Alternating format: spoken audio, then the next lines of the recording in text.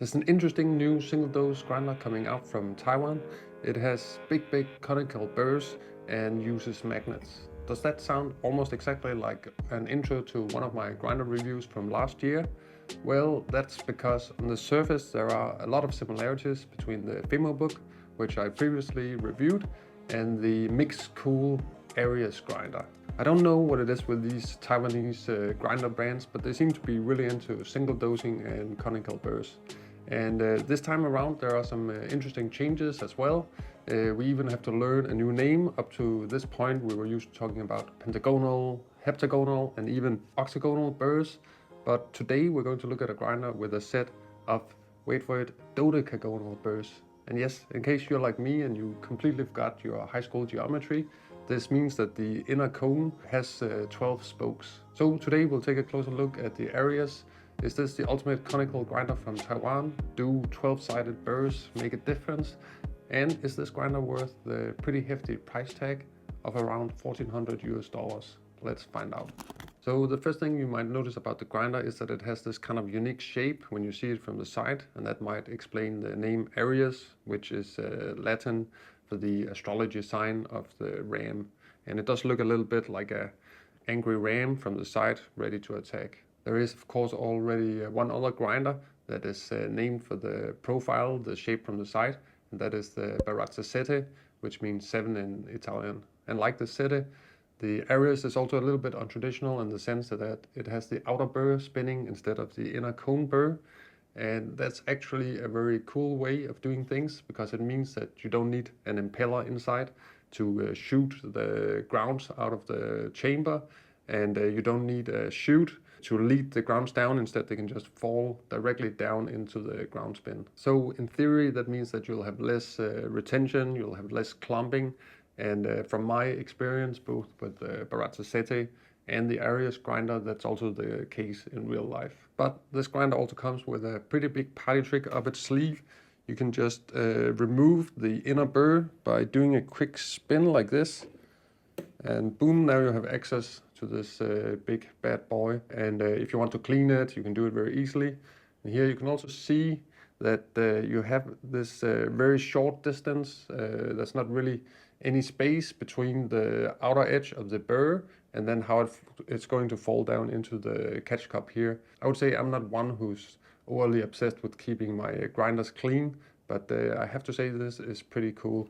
And then to put it back in, you just find the right spot. Let's see, there's a little knob here, lift it up and then back in, boom. As I said, I don't clean my grinders that often, but I know it's something that a lot of people out there really focus on. So I'd also be curious to hear what you personally think. Leave a comment down below with how often you're cleaning your grinders. The Arius is of course a single dose grinder. I will say mostly focused on espresso, but it can work for all brewing methods more or less. Like a handful of other grinders we've seen in 2023, this one also comes with an adjustable RPM. You have this knob here on the side. However, the steps are quite small. The RPM adjustment goes from 90 to 150, so I'm not sure you'll notice much of a difference between, let's say, 105 and 120. But it is a good thing that the RPM is generally kept on the low side, because that's really getting the best results from the conical burrs. It's the same we see with all the hand grinders generally. They taste really great, and that's because conicals are more uniform at lower RPM. They generate less heat and they have less regrinding. Let's talk a little bit about how it is to live with the Arius. I've been testing it for over a month now, and I have to say it's quite enjoyable to use. The sound is not too loud, it has a pleasant pitch, retention is pretty minimal, and let's just grind some coffee and then we can see how it works in real life. And I've measured out 15 grams. This is a Pacamara kind of Omni Roast from the channel's current bean sponsor, Coffee Bros. I'll load it in. And we're at an espresso setting now. I got the dial just under 2, and this is maximum speed.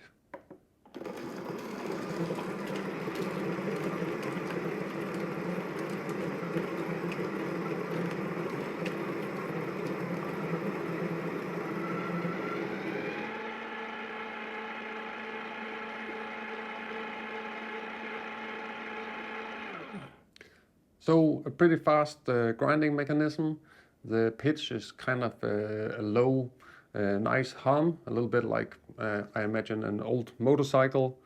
And the grinder also stops by itself when it detects there are no beans left. So in that sense, pretty easy. Let's just have a look. And yeah, the grounds are super fluffy. You can even use this little knocker here if you want to really minimize the retention. And that should get the last, let's say 0.1 gram out if something is stuck inside here with static electricity. And now let's try to taste the shot.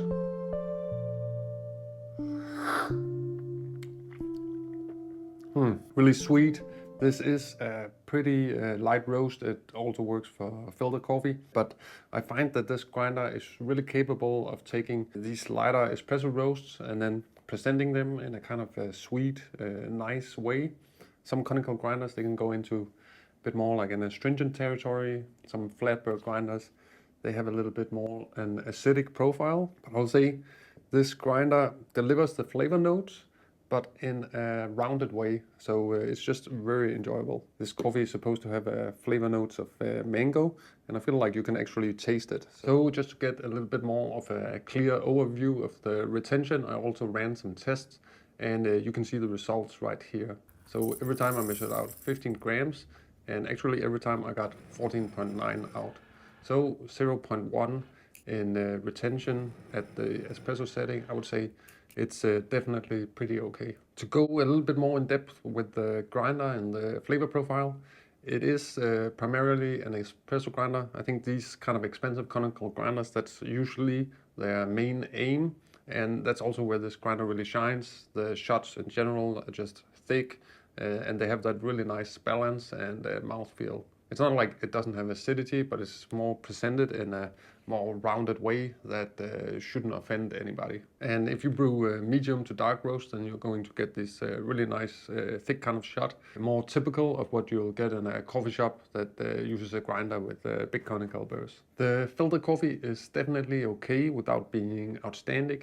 It would be a little bit unfair to compare it to a flat burr grinder, because usually they will do better, at least the best of them, compared to conicals. I did run some tests against the EasyPresso K Ultra and the FemoBook, and I will say it actually did pretty well against those two. It's not worse, I would say. It just has a little bit of a different focus in the flavor notes that are highlighted. The K Ultra and the FemoBook, they both have that kind of more typical burr design that we see in a lot of grinders recently, this heptagonal burr, which has a nice kind of a vibrant acidity. Kind of an interesting cup right away, whereas this one doesn't have that kind of same lift in the acidity region. So when you first sip them, it can seem a little bit more restrained, a little bit more boring, but then just after 1 minute, when the cups cool down more, they change character, and then it becomes really hard to tell any difference. Now let's get into the cons section, because I definitely think there are a few things that could be improved. And this grinder is not exactly cheap, so it's fair to be a little bit demanding. In my testing period, I think the espresso grinding range has been a little bit limited. You have 10 settings here, 10 stepless settings, but usually for espresso, I'm around 1 to 2.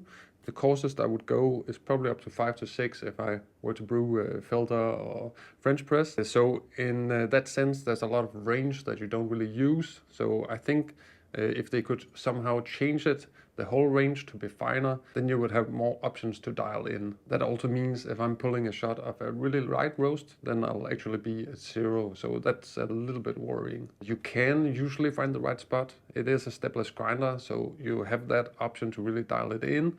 But this is not my favorite style of adjustment. Personally, I prefer a system with clicks that are just really fine. Similar to what the FemoBook has. Or for stepless, I like something like the DF64 Gen 2, where you have that really wide range, so you can be confident that you can retrace your old settings. I also have to mention that the grinder did stall on me one time with a light roast on the lowest RPM. I feel pretty confident in the motor, but this is just something you should know. Another pet peeve of mine is that the RPM button is backlit all the time. It would be nice if it would go to sleep after a few minutes of inactivity. You do have an on-off button here on the backside, so you can actually disable it if it really annoys you. So in that sense, it's not a huge deal breaker. We also need to talk about the ground spin because it's a little bit special. It's a blind shaker that fits with magnets to the body. Initially, I thought that this would save the grinder from being messy, but it doesn't quite do that in real life. I actually think it's a cool design in some ways, but it's also annoying in some other ones. It's quite easy to accidentally have this little stick being a little bit off to the side, and that would mean that some coffee grounds can run out. Also, instead of this design here, I personally prefer just to have a regular espresso funnel that sits on the edges of the portafilter. If it goes down into the basket like the edges does here, then there will be a little mount, a little coffee mountain when you lift up the funnel, and then you will have to distribute that again. Whereas if you have a funnel that sits on the edges, then you can much better get a good result the first time you distribute the grounds, shake them up or use WDT, whatever your personal style is. So I think that's a bit of a shame. I think it would definitely be a nice touch if the grinder came with an extra cup, one that didn't have this blind shaker design, and then you could choose if you wanted to use it yourself. Overall, the cup feels nice and solid in the hand though. It's nice that it's metal, and the dosing cup is one of the few touch points on the grinder that you have a lot of interactions with.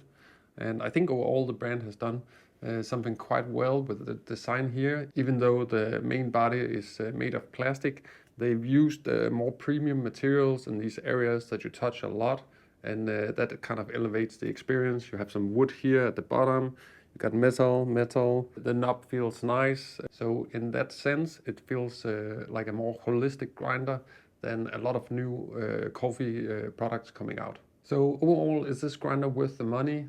I think that's a question that only you can answer. When it comes to manual brewing methods, yeah, you can get better grinders at a cheaper price.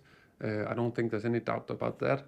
What about espresso? Well, if it's clarity you're after, then there are also going to be better grinders out there for that.